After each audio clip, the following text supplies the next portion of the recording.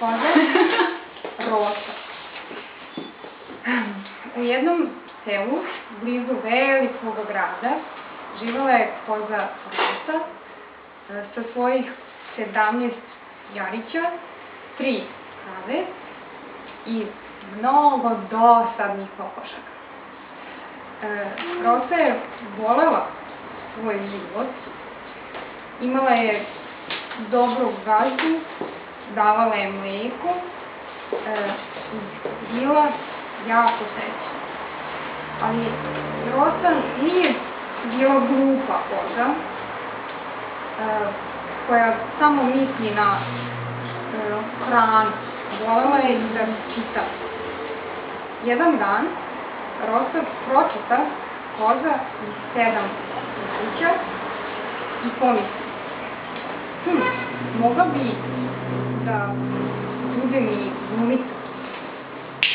Odmah spakova svoje stvari i krenu u veliki grad.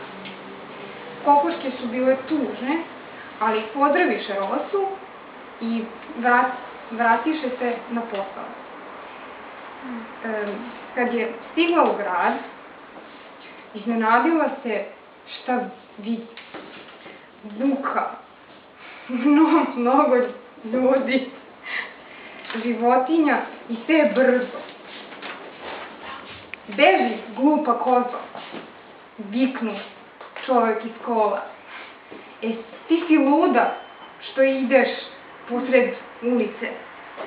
Rosa pobeže brzo, najbrže što je mogla na drugu stranu ulice i samo kad pomisli da je sve u redu,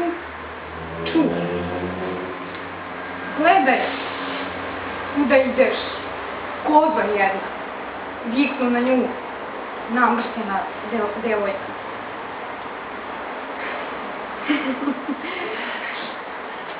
Kako su ovde svi nervozni i čudni, već pomisli Rosa i upita za put u pozorište. Ali kada je stigla tamo, iznenadila se, videla je 100 koza i vukova. I onda začu, ha, vidi ovu kozu. Došla je sa sela i misli da će da postane glumica. Vidim joj hranu među zubima. Svi se okrenuše i nasmejaše. Sad je dosta.